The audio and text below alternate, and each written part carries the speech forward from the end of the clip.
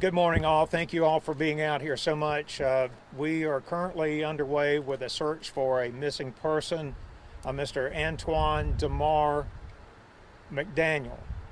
We had reason to believe that Mr. McDaniel may be in or near the Hall River based on our last description and accounts of the incident. Let me tell you that this account and this incident first started with criminal activity. The Alamance County Sheriff's Office received information of suspicious conditions in the neighborhood of Robin Hood Road, which is just kind of north of Elon.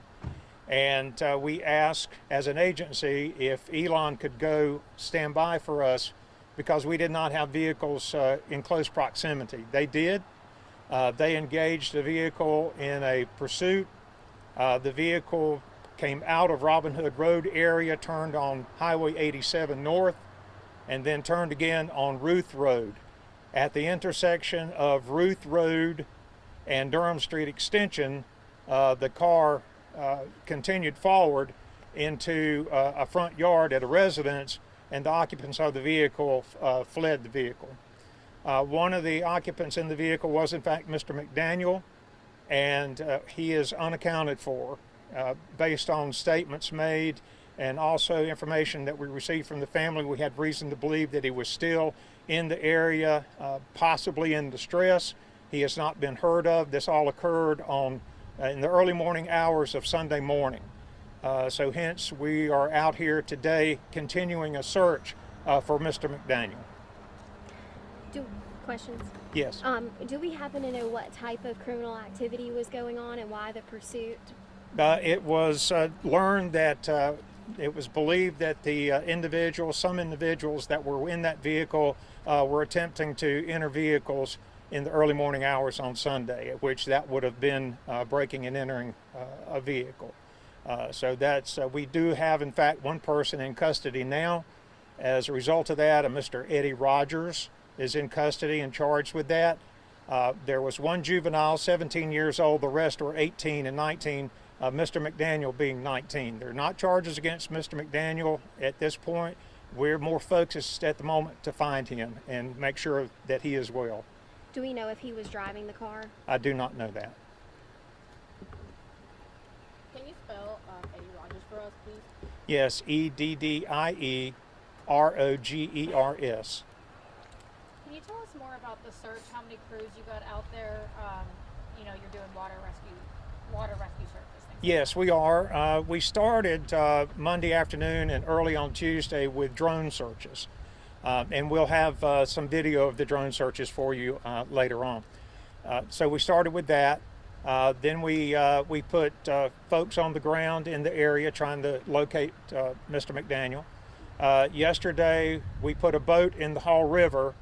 We're not doing that today because the Hall River is running swift. We would have done that on Tuesday, but the river was running swift. I beg your pardon, Monday. But yesterday was the only day we could put a boat in the water. Today, we have 4 search teams that are working what is known as a grid search. And these teams are made up of 39 cadets of the basic law enforcement training program. They are in their 3rd week. We asked for their help, and they accommodated, which they have done in the past in searches for people.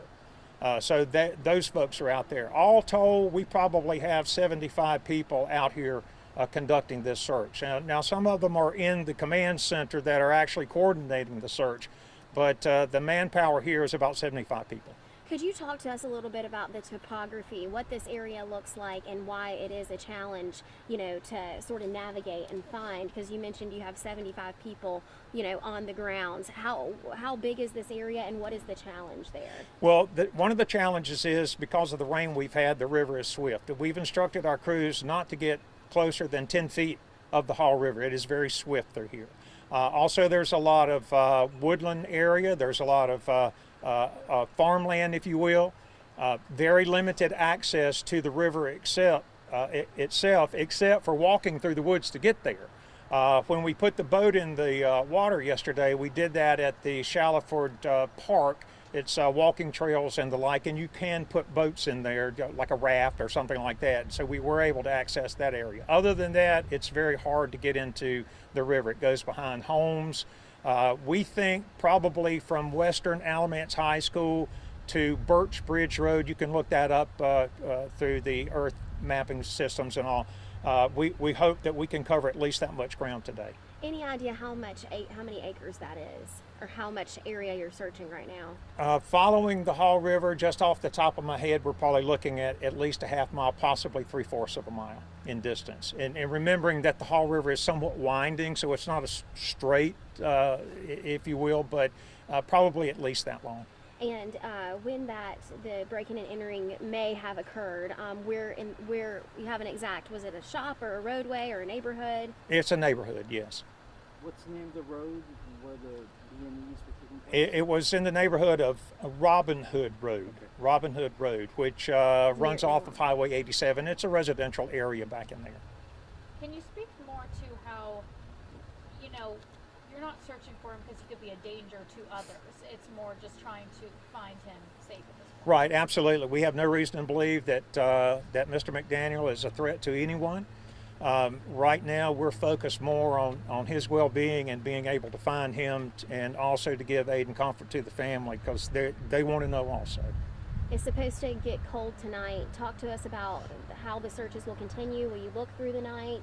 How much longer are you anticipating? Are you taking it minute by minute or day by day, or what are you guys thinking at this point? Well, right now, it's important to understand that the search is under the control of Alamance County Emergency Management. They are the lead agency on this. They make the determination as how many assets are needed, what type of assets are needed out here, and they also make the determination of when to call the search because of the safety of the searchers as well. Right now, as we speak, we're making sure that the searchers are going to have provisions to stay warm, and also to feed them and keep them hydrated and all. So that's what's taking place right now. But to answer your question, we're hoping that we can locate Mr. McDaniel, get him back to his family, and that everyone that's participating in this can also get back to their families as well. But to answer your original question, yes, Mr. McDaniel's safety is our utmost concern at this moment. Do you have any cadaver dogs or anything like that? We do have dogs on the ground.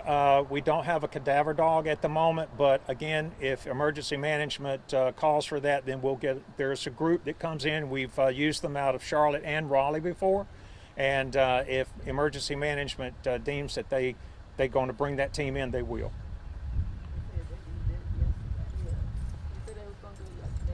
I know we have dogs on the ground now. Yeah.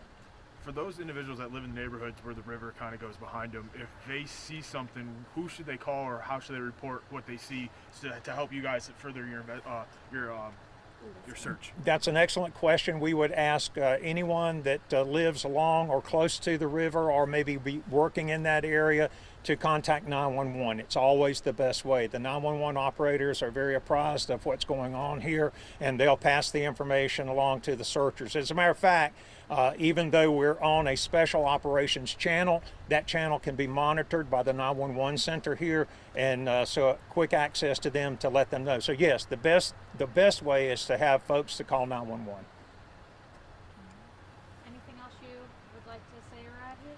Well, yes, there is. Thank you for asking that. We'd like to say a special thank you to the folks at Shallowford Church here that are allowing us to use their facility. Also, the folks at West Side Fellowship, who they have given us the opportunity to use their facility, both the parking lot to stage and also inside to get warm, and they even had refreshments for us. And that just kind of speaks to the way Alamance County folks turn out and to help others. So we appreciate them very much for what they've done.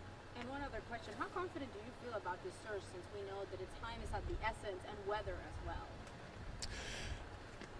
Well, just let me say, the Alamance County Emergency Management folks and the people that they muster to find someone, if I'm lost, that's who I want looking for me.